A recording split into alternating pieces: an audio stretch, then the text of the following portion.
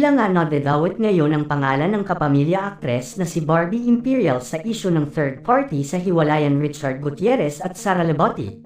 Matatandaang pumutok ang balitang hiwalay na ang mag-asawa kamakailan lamang, kasabay ng pag-amin ng ina ni Richard Gutierrez sa tunay na estado ng relasyon ng anak niya kay Sara Lebotti.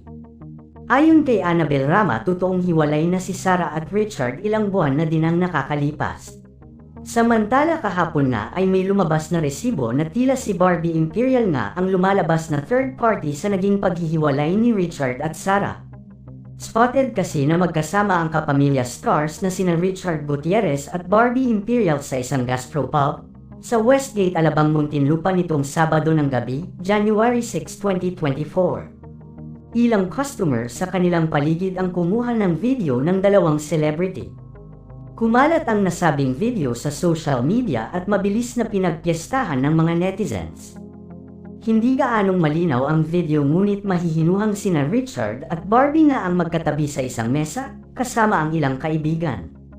Napansin ng mga customer na nakakita kina Richard at Barbie sa gastropub na sobrang kapalagayan nila ang isa't isa.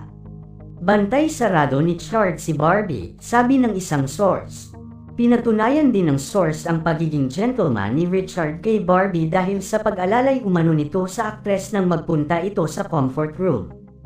Samantala maging ang asawa ni Richard Gutierrez ay tila naglabas na din ng kanyang saloobin hinggil sa issue sa pamamagitan ng kanyang deleted ng post sa kanyang Instagram account. Ayon sa ibinahaging post ni Sara, "Time is the ultimate truth teller." Isang malaman na post na pumukaw sa atensyon ng mga netizens.